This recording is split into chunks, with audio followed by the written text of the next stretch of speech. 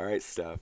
This is such an honor. Like a little boy on Christmas morning right now. This is such a big deal for me. I know it is. This is such a big deal. I even told our guest he needs to just talk to you in the morning so you're always this happy when you wake up because it's been very pleasant for me. Well, that's good. Well, friends, our next guest is the senior pastor of Calvary Revival Church in Norfolk, Virginia. He's also a husband, father, grandfather, executive leadership coach, and a dear, dear friend of mine. Of ours. Mentor. Yes, a friend of ours Yes. and a mentor of mine. Ladies and gentlemen, please welcome to Tell Us a Good Story, Bishop Courtney McBath. Oh, Bishop. Welcome, Thank welcome. you. Thanks, guys. I'm happy to be here. Man, you guys look amazing. It's just great to see you guys. You guys haven't aged much. Bishop, it's all the Botox in my face. That's probably what it is. You have to let me borrow some of that. But you guys look good. You don't tell anybody. You look great. Thanks, Bishop. Well, Bishop, thank you for saying yes to us. And unfortunately, I have not talked to you in about 15 years until, 3 weeks ago? That's right. And so, first off, I'm so sorry about that. But what were your initial thoughts, Bishop, when I reached out to your executive assistant and said, hey, I'd like to place an interview request with Bishop McBath? What was your thoughts? I was completely blown away. It was like Christmas. I know my assistant was like, who the heck is Kevin Mason? I was like, call him back, email him back, give him my number, make sure he gets me today. And I was so excited because I love you guys so much. And I felt horrible. And I thought, oh my God, it's been this long. And then it got worse when you called me because your name comes up in my phone. So for 15 years, your number has been right there. But the honest to goodness, we have always been so close that I never put your last name. It just said Kevin. So when I would say it, I had no idea who it was because I didn't have a last name because you were the only Kevin that really mattered. So don't tell the Kevin back then. So how surprised were you, Bishop, when I sent you? I then texted you. And I sent you a picture of our family, and I sent you a link to our website. How surprised were you when you're like, oh my gosh, they have a podcast, they have a national radio show, like completely different than probably what you expected? Well, because of some things we'll talk about later, I was not the least surprised. Really? Not at all. I was thrilled, but not surprised at all. Because this, since you were a teenager, is what I always expected. And there's a reason why. We'll talk about that, but that'll be part of our story. But honestly, I wasn't. Now, I was a little surprised that Steph kept you around all these years. But, Me too. As gorgeous as she is, I thought, wow, she's still slumming with that guy. She's still in there. So that part. But other than that, nope. You all had become exactly what I had anticipated. The podcast was a nice touch, but I knew it would be something amazing, whether it was a Fortune 100 company or some great consulting agency or something in media. But I was just thrilled, but not surprised at all. Let's go back when you talked about me slumming it with Kevin, because when we were first married, we came down to visit you in Virginia Beach. Yep. And it was, besides our honeymoon, it was the first trip we had taken. Yeah, I think we'd been married maybe a year. Yep. And Kevin was so excited. He booked this hotel for us. He was super excited to get down to you. And we pulled up to this hotel, Bishop. Do you remember this hotel? I will never forget it. Oh, you guys, this hotel, we walked in. The smell would hit you in the face. As we're going down, like, to get into our room, like, the carpet had stains everywhere. You hear people in the rooms. I'm just going to let y'all know, the walls were very, very thin. And I didn't even wheel my luggage down the hallway. I just kind of wanted to hold everything and just stand. Kevin's like, "Are you gonna get comfortable?" I'm like, "I'm fine standing here." This is one of those hotels where I'm sure there's crimes being committed in the rooms. 100% in this hotel. But Bishop, I made the mistake. Of course, I was frugal, very frugal. I went to hotwire.com, and it was one of those like surprise deals. Like, hey, this is going to be a 4-star hotel for like $59. And I'm like, That should have been your that first sounds amazing. warning. Yes, click. And then it gets this hotel. I'm like, okay, the pictures were much better than the actual reality. Yeah. Do you remember what I looked like when you told me where you were staying? I remember, yes, and I remember what you said to me. So you picked us up, Bishop, at the hotel, and you looked at me like, Kev, did you just lose your job or something? Like, what are you doing, son? Like, you have a classy wife. You told me, like, privately, you have a classy wife. You need to stay in classier hotels than this. You've got to take care of your wife. Yeah. Well, of course, I'm talking to a guy who'd never been on a plane until I had him come for a job interview. So, I mean, no shade on Ohio, but, not necessarily known for. So I was like, but you're in Virginia Beach. This is the capital of nice hotels. Come on, right. Why didn't you at least call me and ask me where? But you did get a good deal. I mean, I did. I saved a lot of money, but but here we are. 18 years later, and that still gets brought up. Oh, every time we go to a hotel, I'm like, do I need to check this place out? Are you sure?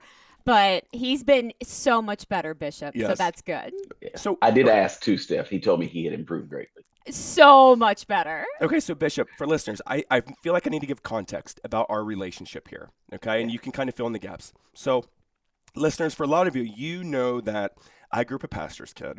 I grew up in just outside of Columbus, Ohio, probably 45 minutes away. And when I was a kid, we knew Bishop as an assistant pastor for a church in Johnson City, Tennessee, Pastor Richard Hilton. And so at that time we had met Bishop. Bishop had came to our church and spoke. And I knew Bishop when I was in 6th grade, so from the age of 12.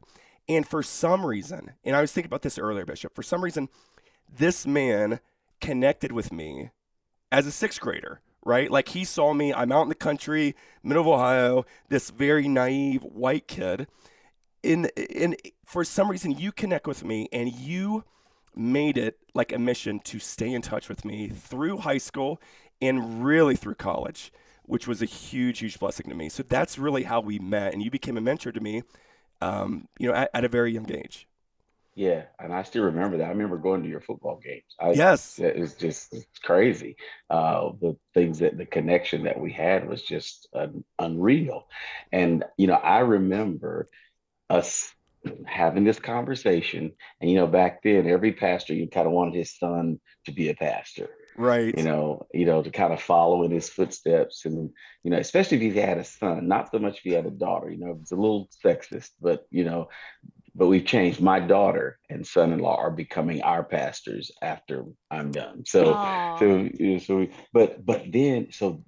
I remember it was almost like I said a dirty word or something, because I told Kevin's parents, I said, pastor that's not going to be his primary goal. I said, money is going to be his primary goal. So I said, he was 13 when I told them. I said, I said, there's going to be so much influence and so much business is going to go through his hands. And that's kind of why I stuck with him, because I knew he had this unique call. And I knew that the people in his sphere weren't necessarily going to be able to coach him through that. And so I stuck with him because of that. And I find that extremely interesting. Aww. Such a blessing, because you were there when graduated high school. You were there when I went to college. You were there when my parents divorced, right? That was a huge deal. One of the most difficult things I've ever gone through was my parents' divorce, and you were critical helping me through that, Bishop. And then you mentioned this earlier, that I'd never been on a plane before. And you had told me when I was going through college and I was getting my accounting degree that you wanted me to come work for your church.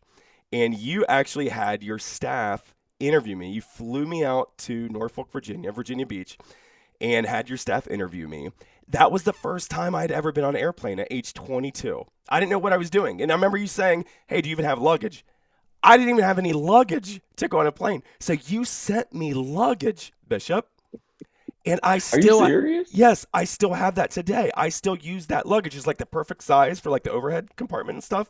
I still use it today. It's the rollers and all that.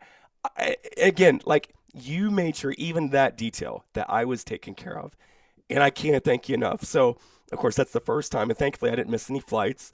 I was okay getting the connection flights and stuff. But that was how you looked after me. And I mean, again, looking back, I was so naive.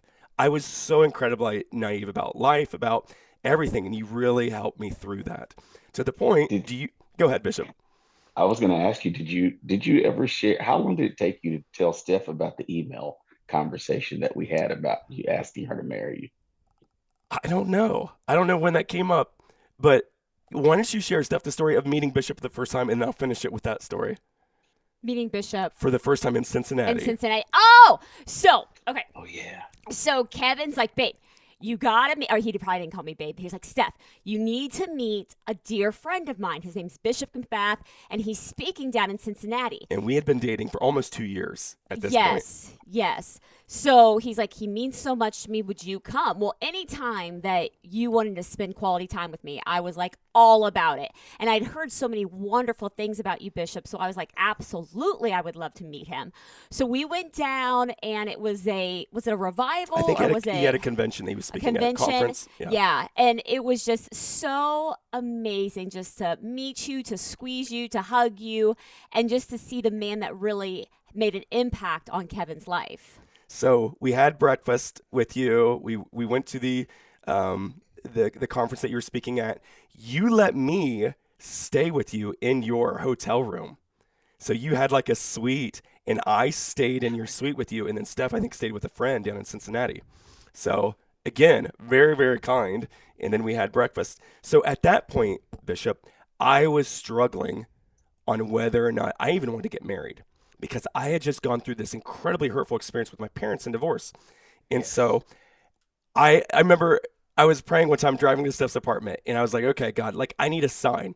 I need a sign that if I'm supposed to marry Steph, make it so real, because I do not want to make this decision on my own, right? Because it is not worth it to me to go through a possible another painful situation that I just went through. So I remember like, okay, God, how about have an elephant run across the road right now as I'm driving, and then nothing. I'm like, okay, how about now? Nothing. Okay, let's do a giraffe. How about let's have a giraffe run across? Nothing. Okay, so I'm like, all right, Was it's it that quiet. difficult for you to have an idea of to marry me? I needed a sign, Lord like have from mercy. heaven, directly from God, whether or not I was supposed to get married. You are so lucky you're just now telling the story in this great of detail. Who knows if I would have said yes to you on that day? So that evening, right, that's a good point. So that evening, I emailed Bishop, and I said, listen, Bishop, you're a mentor. Out of everybody I know that I could ask, you've actually written a book on marriage. So your experience, you've been married however many years at that point. I said, I need help. I'm struggling with making this decision. You've met Steph. Help me. I don't know whether or not I'm supposed to get married. And you responded back with like one sentence, and it was, Kev, if you don't marry that girl, you're an idiot. And I read that, Bishop, and it was like, here's your sign. That was my sign. And it was like, okay, it was a relief to me. Like, okay, I'm all in. Thank you, God, for that sign. It's going to be okay. Like, this is the girl that you've put in my life.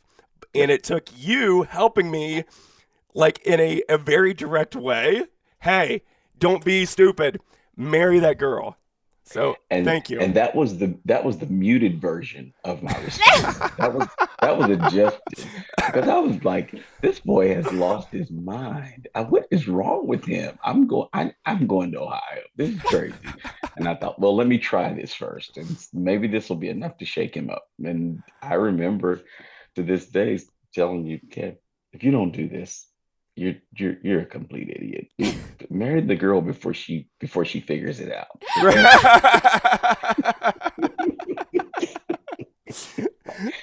Yep, I remember that. So Steph, you have some questions about being a pastor. I do. Okay. So being a pastor, I have a couple of questions. Yes. When people don't really know you're a pastor and they're hanging out with you, they're talking, but then they golfing, anything, yes, yeah. airplane. But then they find out you're a pastor. Does the conversation switch, or do they treat you differently? Does their language change? Does their tone change?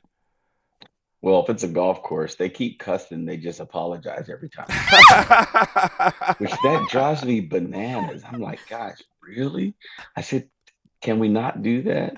And for me, my problem is because of media and the size of our ministry, everybody usually already knows. Oh, right. So I don't really get to, except sometimes like on international flights and other things. And so I'll just say I'm an executive leadership coach or I'm an author or something, because I'm so afraid that if I say I'm a pastor, then I'm going to get a superficial conversation. There'll be things that they're not going to share with me that they probably would. But then other times it's the opposite. Then sometimes once people find out I'm a pastor, then they feel like this is my free counseling session. And Oh, yes. so you can kind of get both responses, and I just have to kind of feel it out when I'm, in the setting. Do I need to tell them who I am or do I not? I always introduce myself as I'm Courtney McBath. I don't introduce with titles, so they're not going to know unless they ask usually, or unless they already knew. But it's always a lot of fun, especially on the golf course with guys, because they're all trying to adjust they're all kind of adjust their behavior. So sometimes what I'll say is guys, don't worry about it, because you're just saying what I really want to say. That calms me out a little bit. Does it frustrate you, or not frustrate you, but when people think it's like a free counseling session, are you like, oh my gosh, God, can I just have like one I gotta day? turn it on here. Yes, can I just have one day that I can just be myself and not have to be like pastoral care? Yes. Nah, it usually doesn't. Really? Most of the time, I wake up in the morning, say, Lord, who is it that I'm supposed to help today? Whose life can I touch? Who can I somehow add value to, or improve the quality of their life somehow? Just show me the person and make sure I'm ready when I meet them. So even when I get on the plane, I won't usually immediately put headphones on. Normally, I'll wait a minute just to kind of see if maybe this is somebody that the Lord has me sitting by for a reason. And then once they put their headphones in, I put mine on too. Wow. Off we go. So that's kind of how it rolls out. Bishop, that's the exact opposite of what I do. Oh, Kevin's earphones are going on before he walks on the Bishop, plane. Before I had these earbuds, right, I would be on the plane in my wireless earphones. They wouldn't be plugged in my phone, right? But I would just have in my ears like, I don't want to talk to anybody. I don't want to hear your life story today. It's all, I'm so bad about that. He'll do it to me. He's like, I'm sorry. I'm like, I know you can hear me. I know you can hear me. They're not even plugged in, Not Kev. plugged in. No, I know him way too well. Like, take him out. I got you. Talk to me. You're going to need to text me in the future when that happens. Don't you worry. I'm going to get your phone number as soon as this is over. Oh my gosh, this. that's funny. Oh, that's funny. Okay, so any funny stories from being a pastor for all these years? Funerals, weddings, something gone wrong in a church service. Well, I probably got a bunch of those, but I think the craziest one happened, and I wasn't even a pastor, senior pastor yet. I was an associate pastor, and I was assisting my pastor in a wedding, and the groom passed out. Oh no! In the middle of the ceremony. Yeah. Oh no! Yeah. I mean, bam, on the floor, and I was like, "Okay, what do we do now? What's our next move here?" And so I think we just waited until he came back, propped him back up, put somebody behind him, and made him go through with the vows anyways. Oh my gosh! If you think passing out's gonna get you out of this, it ain't working. Well, that's my thing. I would be like, okay, is he freaking out because he's married? Like, this isn't the woman. This isn't the woman. Yes. Too big of a deal. Or is he freaking out because he's so excited and the anticipation has built up so much? That's got to be it. And then he passes out. Oh my he gosh! Went to the floor, and we didn't have time to catch him. It's like before we knew it, bam. No. So literally just hit. Yeah. Oh my gosh! I'll Oh, never. poor So guy. that's one of the ones I'll never ever forget that. So yeah, I guess there's over the years the hilarious stories that happen in church kind of keep it from being so monotonous, because Hmm. sometimes church can be a little boring. So Yeah. sometimes something funny, but because humor is such a big part of our ministry. I mean, we're usually laughing most of the time anyway. So it's kind of a natural for us because, what I figured out is that people do a lot better when they laugh. Hmm. There's something about a smile, there's something about laughter that really changes the atmosphere. So try to inject a lot of that, even into moments that might be difficult moments when it's appropriate, just so that people can just kind of relax a little bit. Yeah. Like sometimes when someone passes away at our church, and at the beginning of the homegoing celebration, I'll say, I know a lot of you are thinking he was such a great person. She's such a good person. I said, I just want to let you guys know that the Lord doesn't come by and ask me if it's okay for this person to go. I said, because if he asked me, there's a lot of you guys out there right now, you'd be gone. You wouldn't be and here. and sister so and so would be right here with me, but you'd be gone if I was the guy making that call. Oh And my so gosh. everybody kind of cracks up, and it changes the atmosphere a little bit. But those Hmm. kind of things kind of they help people to smile, and when people smile, they just feel better. Statistics say that when you smile, it lowers your blood pressure. When Hmm. there's how the scripture talks about a merry heart is like medicine. But Right. really, statistically, the data says Hmm. it really is like medicine. It Hmm. changes, it changes your well-being. Every positive interaction lowers the chance of premature death. Isn't that crazy? I learned that at Oxford University, one of the most secular places in the world. That is where I learned that. So, You, Wow. you know what I just learned? What's that? That I'm going to live so much longer and you're going to die so much earlier. Well, that's what the stats say. That's what the That is stats what the say. stats See, say. that's why you have to be happier. Yes. All right. So let's pivot to fun facts here Okay. about Bishop. And you're not aware of these. So, I'm Bishop, not you are aware. going to see Steph's genuine reaction here to these fun facts about you. And this will spur some conversation. But I like to give a list of fun facts for all of our guests so listeners know what you've done, what you've accomplished. All right, Steph, you ready for Let's this? do it. In 1990, Bishop McBath moved his family to Norfolk, Virginia to start a church, which grew from 21 people to a membership of over 7,000 today. Wow. So, where did you start the church? 21 people. Is it at a house? And then also, are you concerned with the number 21? Because of that 21, 7 is your own family, right? So, are you concerned about where you're starting, the small beginnings? well, we started in a hotel, a conference room. Okay. The Clarendon room in the Okay. Sheraton Hotel is where we started 34 years ago. And yeah, a third of those people um, were my family members. And of course, we believe in we love the unborn. So if you were carrying a baby, we counted that too. You're already a human. You're already so that counts. So we 21 might have been someone who's not even born yet. But we had 21 folks, but I wasn't really concerned. I was pleasantly surprised that many people showed up. Mm. Because you Yeah, moved from Johnson City, Tennessee, to a right, completely different city, completely different right, state, no connections.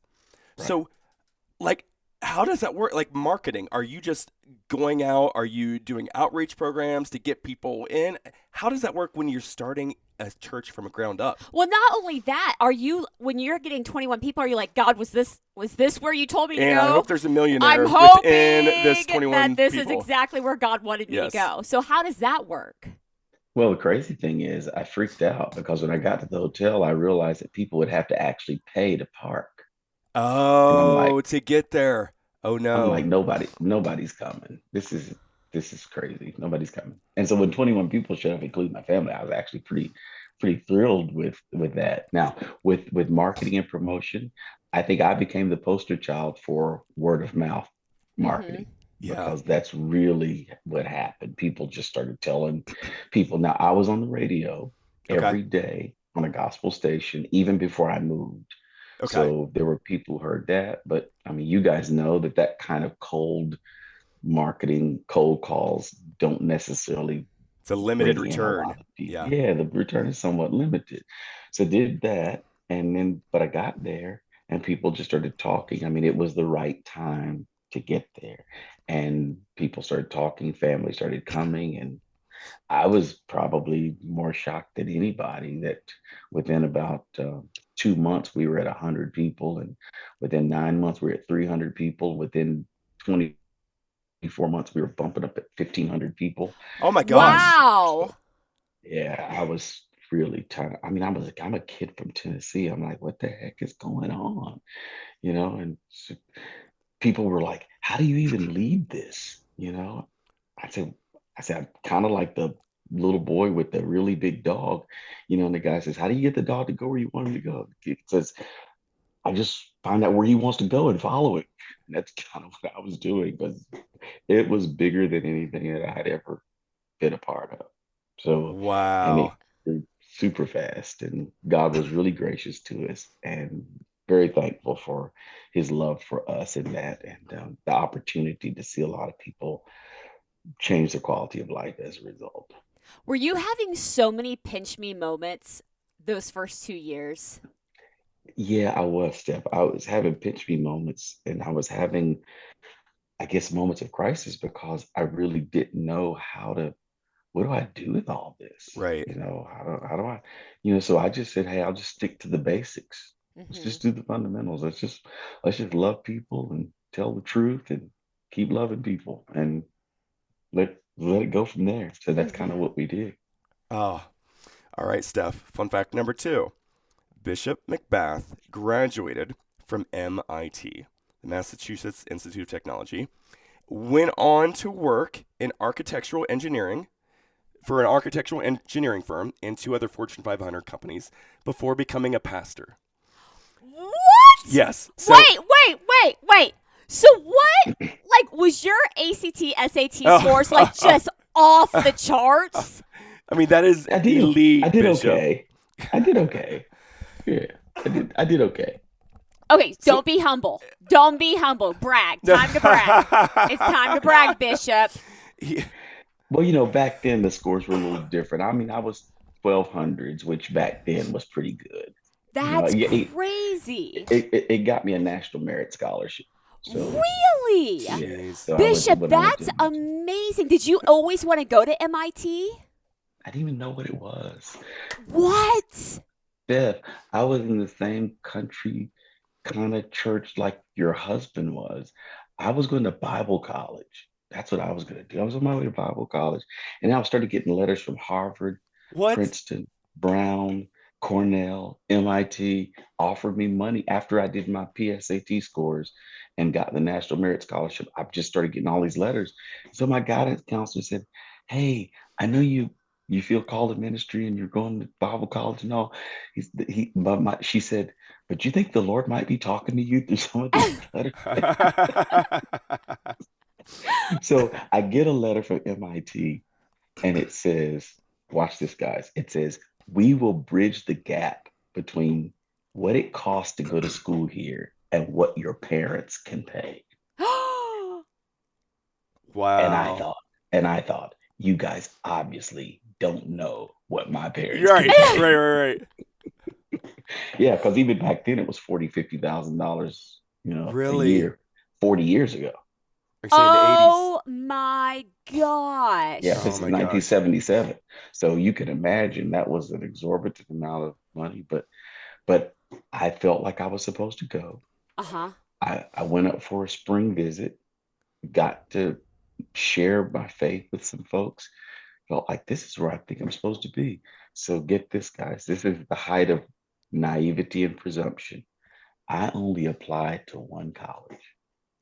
That's it. MIT? Yes. I know. Call me stupid. You can smack me when you see me. But literally, I did. I applied to one school because I felt like God said, this is where you're supposed to go. Okay. One Okay, place I applied. so It is September, fall. You walk onto campus. You're a little country boy, Right, like Tennessee. Kevin was. What was that experience like for you? Overwhelming? Completely blown away. Really? Uh-huh. It's a different world. Yeah, it's a different world. I mean, it's a city, which I'd never lived in a city before. So I'm in a city now, surrounded by these intellectuals. It's cold, and the people up to me are cold as well. And it's like a totally different world. People are jumping out of windows, committing suicide because of their grades. I'm 17. Oh. I'm not even 18 yet. I'm 17 years old. And I'm like, what in the world have I walked into? This is crazy. And but I realized then that I was there for purpose. Mm. There was a reason beyond me getting a degree from MIT. Yeah, sure. I think it's cool, that Iron Man went to MIT, and you think about all these people, who they mention, in movies and stuff. It seems like now they say it a lot, but the real cool thing for me was there were people there that I got to touch, and whose lives were changed and who are still changed today as a result of me going to school there. And for me, that's the thing that really made the difference. I knew all along that I was only going to be in this field for a few years. I made it till I was 30. And then after 30, Did you? I never, that was it. Wow. Did that background help you build your church at all? The organization, the structure. Yeah. Great question, Steph. Absolutely. It did me more. I later would go back to seminary and do master's, doctoral, postdoctoral work. But the best thing that ever happened to me was going to MIT and learning process, understanding how to help people go through the process from A to B to C, and doing that in a pragmatic kind of way. So yeah, I always tell people that it was the most important part of my education process when it came to building Wow. my church. See, God knows what he's doing all the time. That was much He sure different. does. Mm-hmm. That's much different than I was expecting, Bishop. Because like in our situation, of course, I'm a CPA, I'm in finance. For us to write a book, for us to start a podcast, turns into a radio show, like that is so foreign to me, right? So when I felt like God was leading us to do this, every time I'm like, but I'm not qualified to do this. Like, this isn't my education. I've not been trained on any of this. But it's like God's saying, that's why I want you, right? I'm going to qualify you. And so that was something I struggled. I totally struggled with when we started this because it's not my background. So Yeah. And ministry wasn't my training either. I mean, it was what I'd done. All my life I'd been around it, but it wasn't what I was trained to do in school. My church had 2,000 or 3,000 people in it before I went to Regent University. oh, wow. Yeah. So we were well on our way by the time I even did my master's work, long before I did any doctoral work. So, but God has a way of equipping people for whatever their purpose is. Mm-hmm. And I think one of the things that I saw in my relationship with you, Kev, as a kid, is that purpose is something that's instilled in us very young. It kind of gets worked out over time, but it starts at the very beginning, not later in life. And oftentimes when I coach people, I'll tell them that if you talk to me about what you're passionate about, I can trace that back to when you were a kid. There was some of that in you even then. If we talk long enough about your childhood, when I was 8 years old, I told my third grade teacher that I didn't want to be president because I had a higher calling. Wow. Wow. Oh, I just got goosebumps. That's 8. good. That's interesting. That's good. All right, Steph, next fun fact. This year, Bishop celebrated 42 years of marriage to his wife, Janine. They have 5 children, 4 boys, 1 girl, 5 grandchildren, all 6 now. grandsons. 6. 6 now. We just had our granddaughter. You did. Oh, yay! Fun fact for you. Congratulations. Fun fact. That's fantastic. That's what I was going to say. And it's another granddaughter? Their first. Just had our first granddaughter. So now that she makes 6 now, because we had 5 grandsons, and now we have a granddaughter. So she's here. Oh. That's fantastic. Congratulations. And she's Thank not you. going to be spoiled. Oh my gosh, I can Oh no, imagine. I've just No. been on the Louis Vuitton website looking for stuff for Christmas. Gonna hook her Obviously, up. yes. So first off, Bishop, I love how you honor your wife on stage, on social media, when I've seen you in person, 15 years ago. But is there one habit you have? Is there one thing you do in your marriage that has had such an impact on your marriage with Pastor Janine? I open. Okay, you sure you want me to tell you? Please. Wait, is it booking crummy Because hotels? Is it anything like that? no. But it is going to impact your wife a little bit. So just Hold that's on. my disclaimer. I warned you. Okay. I always open the door for her in the car. I never let her open her own door. He I does open the that. door. Oh, good. Phew. Yep. Okay, feel better now. So I open the door and I get out and come and open it when she gets out. And that's my norm. And I hardly ever see anybody do that anymore. So, and people always look at me like, "But why is he walking around the car?" And so that's one of the little things that I think goes a long way. And just being polite.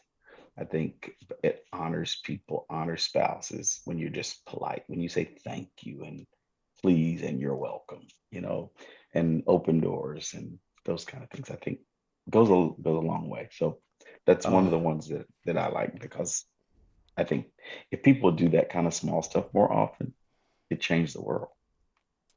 Okay, I want to talk to you. Real talk. You and Pastor Janine, when you had 5 children running around, you're pastoring a huge church. How did you two make time for one another? yeah. Scheduled it, just like everything else. It goes in the schedule. We block it and nothing gets in there. It's just like you guys couldn't have done this recording on a Monday because I don't do any kind of ministry kind of outreach or anything on Mondays. Mm-hmm. And it's been that way for 30 years. I've preached on a Monday twice in the last 34 years. Wow. Non-negotiable. It's blocked. Non-negotiable. Yeah. And the 2 times I did it with her permission Oh, that's good. because she felt like it was an exception. It was something that I think one time it was this group of pastors in DC and they only met on Mondays and they'd Mm-hmm. asked me to speak and I'd already turned them down once. But the second time they asked, I asked her. She said, "I think you should go." I Mm-hmm. said, "You sure?" She said, "Yeah." So the whole issue really comes down to scheduling. You enslave time. You don't let time enslave you, and you make Mm, time work for you.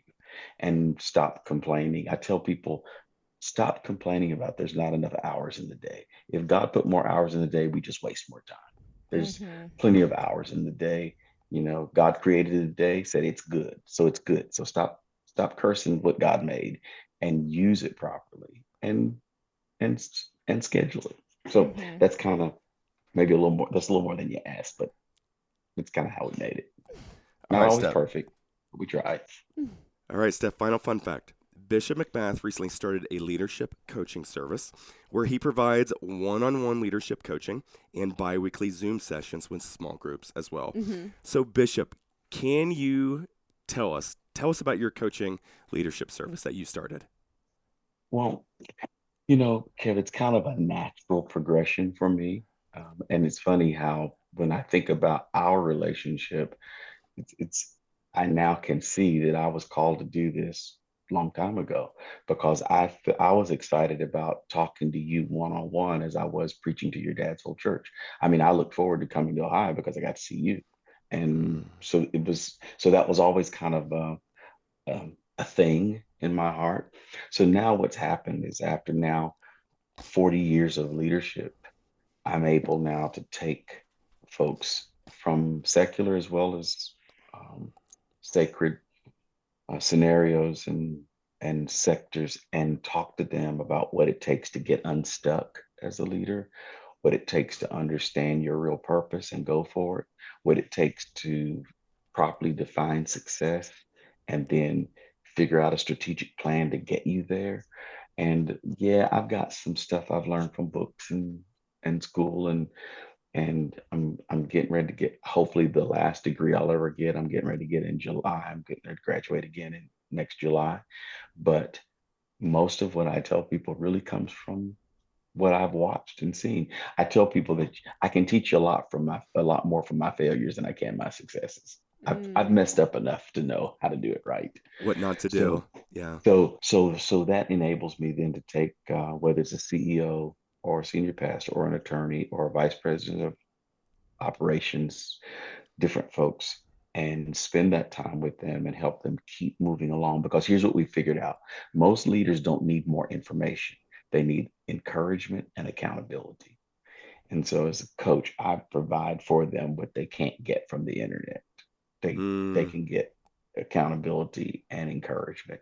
And there's just a lot of really high impact leaders who are struggling because of the need for that. And so that's Mhm. kind of me. Now it morphs into some consulting too. So I may take on the whole company or the whole ministry or whatever and consult with them. But I'd say 65 to 70% of my work is executive leadership coaching.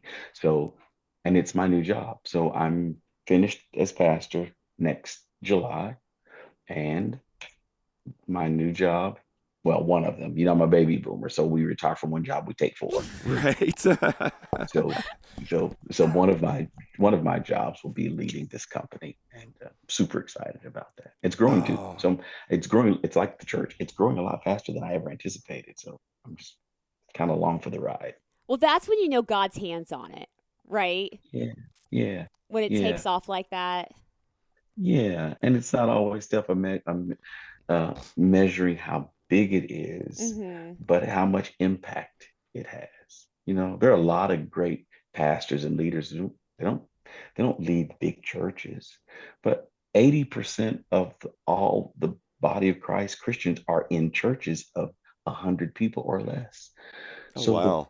the bulk of Christians are not in big churches. They're in small Mhm. places. So there's a lot of guys and gals out there that sometimes feel like their work is not significant. It really is. Small businesses too, small companies. Most of America is working in something that's not Fortune 100, and these folks leading these companies need to be encouraged that they're making an impact. Somebody's paying their mortgage, and their kids are going to college because of the business that you run. And I think every now and then we need to remind people that big is not necessarily better. Mhm. But sometimes you Absolutely. I heard a song that says I'm learning how to do it up small. I thought that was Mm. pretty powerful. So Oh, that's good. So yeah, so come July, you're yeah. going to preach your last service. How is that going to be? Emotional, exciting? Setting off fireworks in the parking What's lot. happening? Well, of course it'll be my last as the senior pastor. I'm supposed to be there every 6 to 8 weeks. I'm still kind of in an oversight role, but it'll be different. Um, but I'm really super excited about it. My friends ask me, they say, "How do you feel?" And I say, "I have mixed emotions." Of course, my response shocks them. I said, "Sometimes I'm happy, and then other times I'm totally thrilled because I'm really ready to be done." So, Mhm. so Wow. I'm really excited about this next step in life. I'm leading a small Christian college, and I'm doing my work as a coach, and I'm still overseeing a bunch of churches internationally, and I've got my leaders network, which I hope you guys will join my leaders network.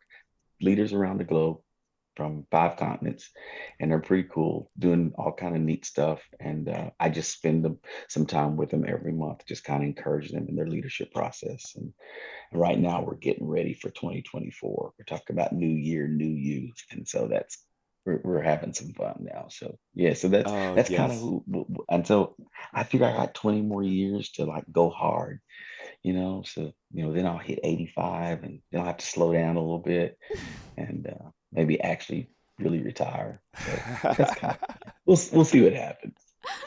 Well, friends, for more information about Bishop McBath, you can go to his social media pages. At Instagram, it's at Courtney McBath _. Facebook, it's at B Courtney McBath Ministries. Also, his website is CourtneyMcBath.com, and we will put links for these in our show notes so you can click and go right to it. Well, Bishop, thank you so much, sir. It's such an honor to talk to you again. I will be keeping in touch, but as I was thinking about this conversation, Bishop, seriously, what a profound impact you had on my life when I was younger, and I cannot thank you enough. I may not be married to this woman right now Probably if it not. hadn't been for you. Probably not. So you probably wouldn't have gone thank for you it. for taking the time. I mean, you were growing a church, you had your own kids to deal with, and yet you're taking my phone calls, sending me luggage, right? And just amazing the mentor you were to me. So thank you so much for the impact you had. Well, not only that, I want to brag about Bishop. Our wedding present from you yes. was a bed. You're like, You gave us money and said, go get a bed. Yes. And then we're like, you said you need to get a king bed. We're like, no. No, we want to cuddle. We want to cuddle. We want a queen bed. He's like, y'all, it would be best if you got a king bed. You're like, go as big as you can. Yes, and in we're like, room. no, we want a queen. We've never Let's been do a twin. together. Yeah. So after a year, we looked at each other. We're like, we so should have listened to Bishop and got a king size bed. Especially when the kids came, it's like, oh my gosh. Yeah, we need a bigger bed. That is hilarious, guys. I completely forgot about that. Of course, I'm thinking, I've got to pick for Kevin because, I don't know what he'll do if I just leave it to him to get a bed. You guys will have a bunk bed or something. But thank you so much, Thanks, Bishop. Bishop. We love you. You're welcome, guys. Congratulations to you guys on this. Is amazing. And I'm going to be looking to you guys to coach me too, and some of the media stuff that I'm doing. You guys are doing amazing. Super proud of you guys, and really looking forward to all the great things that are going to happen through you. You're adding so much to so many people, and people need this. These stories are absolutely amazing, and they're life changing, and they touch the heart. So thank you all for being faithful to do this for us. For all of your listeners and viewers and fans, I've totally fanned out over you guys. So I just want to say thank you for what you do.